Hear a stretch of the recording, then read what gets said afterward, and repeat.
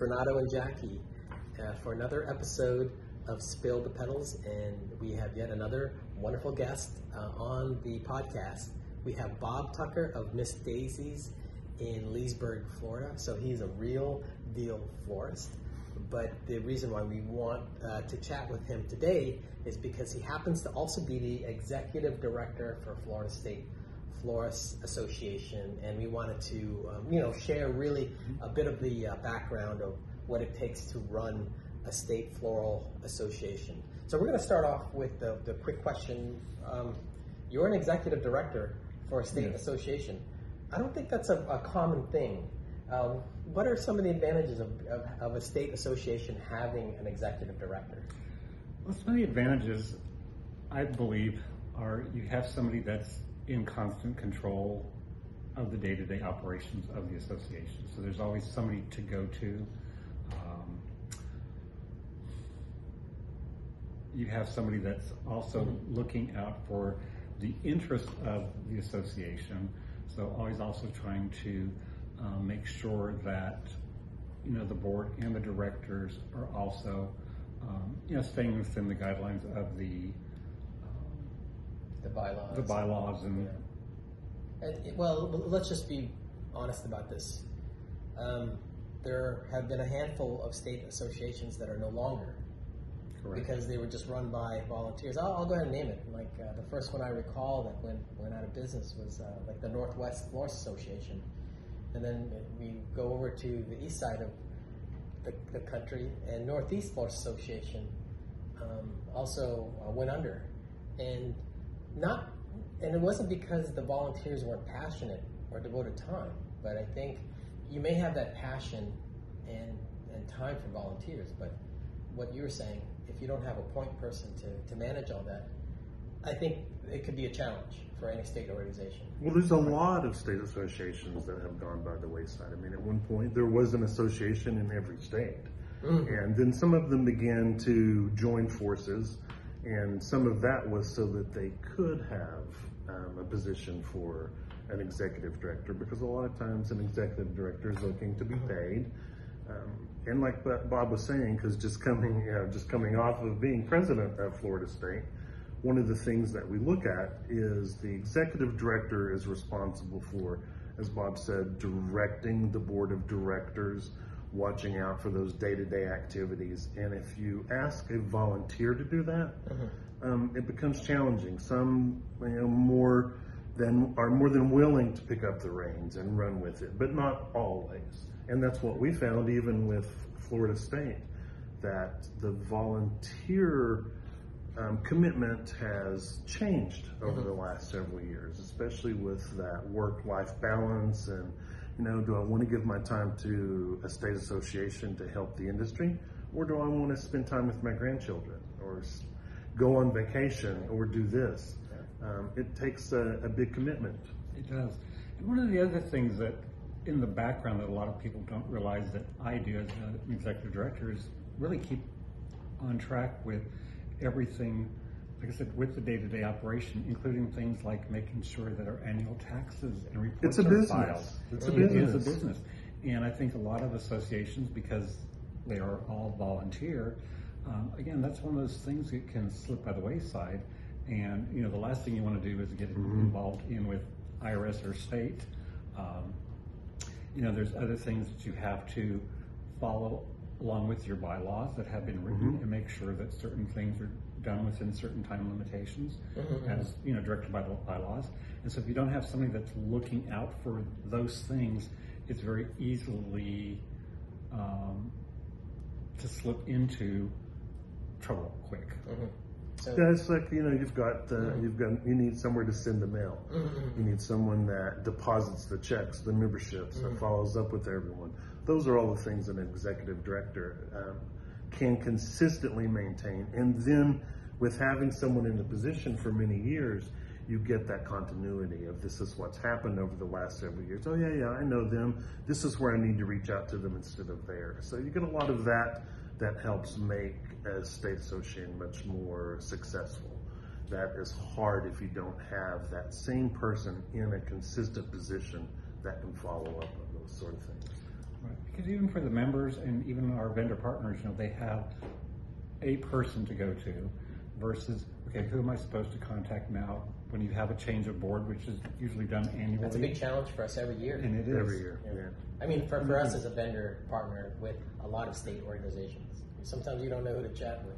Yeah. Well, when the mailing address changes because it goes from this president to this president to this president around the state, and sometimes we don't know where to reach out as a vendor. Yeah. We don't know, who's watching the website and making sure that it's updated. Trust me, as president, I constantly, when I'd be on there, hey, this needs to be changed. Hey, have you done that? And it takes those kind of dynamics from being the president, vice president, president-elect, past president, all of that. You need those volunteers to be able to step up and handle those tasks because the executive director can't do everything, and nor should they be asked to do. So real quickly, I'm glad that you brought up the governance of Florida State. Could you describe for viewers what the governance structure is and how it rotates so there's like a business continuity, to the state organization? So we have every year, annually, you have a president elected, a president-elect, vice president, treasurer, and secretary. Those are annually done. The president, once he moves off the board, is the immediate past president and stays on the board, which is Jackie right now, and he stays on the board in an advisory position for the term. But you're still working him, I know. Right? So we're definitely still working Jackie. And that's great because he has all this great knowledge. Right? One of the difference with Florida State is a few years ago we agreed to extend that position to a 2-year position, so that when you move into that president's position, you have the option of staying a second year. They call it option. They guilt you into agreeing to it right away. But it does help, again, to keep that consistency for another year of everyone. So it's a big commitment when you begin that leadership ladder and move into secretary. Then you're looking at what's going on. Another 8 to 10 years that you're going to be on the board. So it's a big commitment for everyone to make, and it does help us be a lot more successful. One of the things, Bob, I think that would be important to share with everyone that we did is we made some changes within the association ourselves. It's now Florida State Florist Association International. Why did we make that change? Made a change basically because we've seen in the industry and here in the state of Florida, the number of florists that are still active and in business have declined over the years. And so in order to, maintain financial stability within the organization, we had to reach out and open our borders, if you will.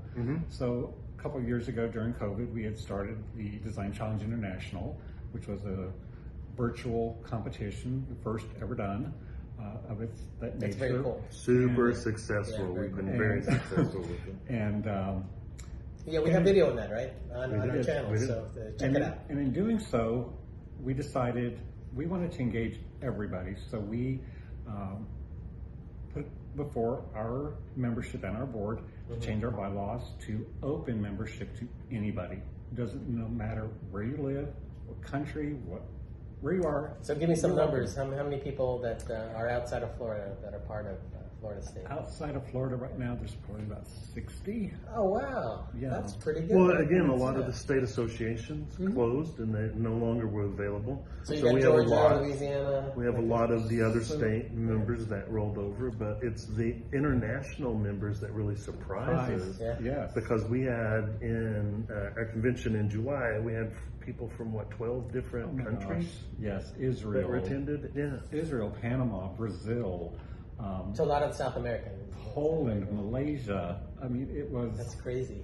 It was. What a good crazy. It was a good crazy. They don't have anything. They consistently told us is there's nothing like this going on in their country. Yeah. They don't have an outlet to be educated, to see the advances and the new products that have come into the industry.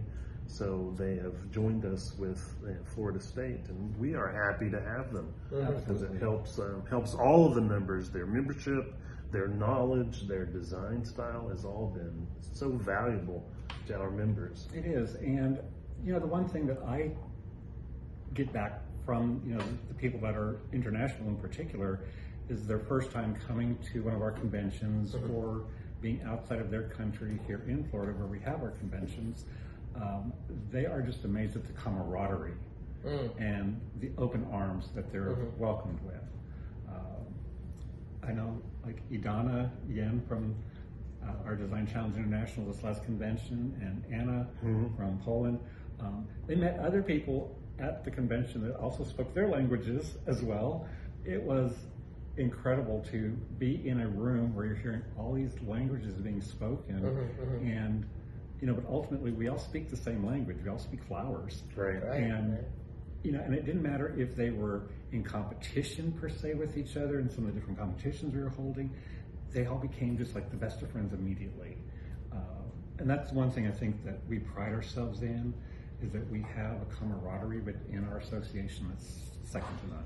Well, and I think, to talk a little bit about all the things that we do for our members as well, because I think that's really important, where a lot of state associations picked up where the national associations could not, is the things that they do for their members in the state and provide.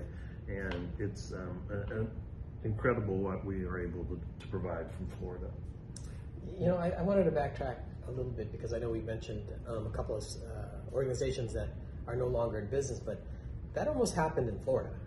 I know that the past couple of years, if someone were to attend the convention, it was vibrant. There was a lot of activity, but not too many years prior to that, Florida was in a bit of trouble. And I know that you're one of the proponents, but it was a board-wide effort to basically turn around the organization, to put it on a path where it is today. So, fast forward to this new organization that's internationally open. But could you give us a little insight on those darker days of Florida State and how it was turned around? Well, It's a tough question. I'm sorry. It's a tough question, and I'll answer it gingerly. Okay. Like a lot of associations, that is a volunteer association, unless the time is given to it, it's very easy to fall by the wayside. If you're not maintaining and managing the money, managing the membership, it's easy to lose it. And not too long ago, about 7 years ago now, there was a meeting actually to disband Florida State Floral Association. Well, the membership had dropped to like 50, 60 people. In at that Florida. time. Imagine how big remember a state Florida is, right? We used to have 400, 500, 600 people at conventions, as a lot of associations did. Yeah. But we were down to 50, 60 people, a handful. And so there was a group of us that, and I will include Jackie, Deborah Dale Floor, Jacob McCall, Robert Giordano, Christy Brown, Andrea Mueller, just to name a few. We all just sat there at that meeting going like, no, this is not going to happen. We just had too much of passion in us to say, no, we're going to keep this going. And we all stepped up together and united our forces and made it happen. And the biggest challenge for me at that point when I was asked to step in as the executive director was, number one, I had no idea what the job was, to be quite honest. Really had no idea what I was getting myself into. So you have to make up and create the role as you... I created the role as I went along, because there was nothing written to say, okay, this is what my job is. There was nobody to tell me what my job was, so I created that job. And at the same time, it's been fun, if you will, because I do have a passion for educating and teaching people and working with people. I mean, I had the greatest teacher. And his passion is, it's contagious. You want to pass that information along to other people. So I've had that opportunity, and now I'm in a position where through the association, I can continue working with all of our members and board members, passing on that education. I just think it's invaluable. Well, let's talk a little bit about education because, as you guys know, I just came from a national convention. So you would think that the caliber of the education is top rate, and it is. But one thing I did notice at the Florida State Convention, and it was here in Jacksonville this year, man, the education was top notch as well. It felt like like an AIFD or an SAF, that it had the feeling of that, and it felt like the caliber of education was up there as well. I mean, is that how much of a focus is there within the volunteer leadership to make sure that that caliber is up there? Well, that's one of our main focuses. I mean, again, the things that we talk about at board meetings are what more can we do for our members? What can we share with them? What can we teach them? Because the more successful we make our members, the more successful the association can be. What can we do that's different? And we constantly are talking about that. Let's change this. Instead of doing the meeting the same old way it's always been done, let's do it like this, or let's try this. Sometimes it's like throwing spaghetti against the wall. That didn't work. That didn't stick. So what else can we do? And that's one of the things that I appreciate about Bob, bringing those things to the board. Let's try. And that doesn't always pass. The board, may kick back on some things or say, and that's where that combination has to be. It has to be there. It's not always going to be the Bob show, or that it's always going to be, yeah, that's great, let's do it. Because from a board of directors standpoint, you have to look at what is good for everyone, and that might not be. And in today's market, we see that costs are a big concern. So you have to look at what is that? How can we make that more affordable too? But education is where we start, and everything we do has to have some sort of education that's brought into it, because that's one of the number one things that we feel like we do as a state association is to provide that education. But looking at back at what Bob is, or executive director can bring to a state association, having somewhere to start with those new ideas, think outside the box, talk to other people when people are calling him and saying, hey, can we do this or can we do that? Brainstorming is one of those main things that executive director can help with. Okay. And then one thing good about you is I know you circulate. So you're quite the friendly personality, and you chat with people. So you being executive director, you're a gathering point for all that great info outside in the industry, our vast industry. But honestly, Renato, it was kind of interesting that you'd say that, because when I took over as executive director, one of my greatest challenges was reestablishing a relationship with a lot of the vendors. Oh, sure. Because at that point, a lot of the vendors, they're looking at their pocketbook, and I understand that. And they're saying, okay, well, we have a convention that we just sent people to in Florida, and there was 47 people attending. They're not getting the bang for their buck back, and I get that. So in trying to grow the association, there's also a whole period of establishing and reestablishing relationships with everybody. And then also through AIFD, which I'm a member of as well, have worked very hard on establishing relationships between designers, educators, vendors, to pull it all together. That's been one of the biggest challenges. Yeah, the caliber of the talent on the stage teaching education at Florida State, again, top notch. Top notch. You would find the same folks teaching at the national level. So I don't think there's any difference. And in a way, I hate, maybe this is like a little blasphemous to say, but because you guys are on an international level, you have to step up beyond national, because now it's a world stage, and if you're attracting 50, 60, 70 people now as members from the international stage, you need to meet their expectation, right? Exactly. Well, with the advances in technology, and this little thing, that everyone has in the palm of their hand, sometimes two, like us, 2, 3 even. Why is that? At times that we have for communicating. It's a world market. Yeah. With a world market, you really do have to sort of have a world association, because you've got people watching you from all over the world. Opening it up and saying, please come join us, was really where we started. Providing, and it was Bob's brainchild for the Design Challenge International. And then we took it to that next level the following year, and took it to the next level.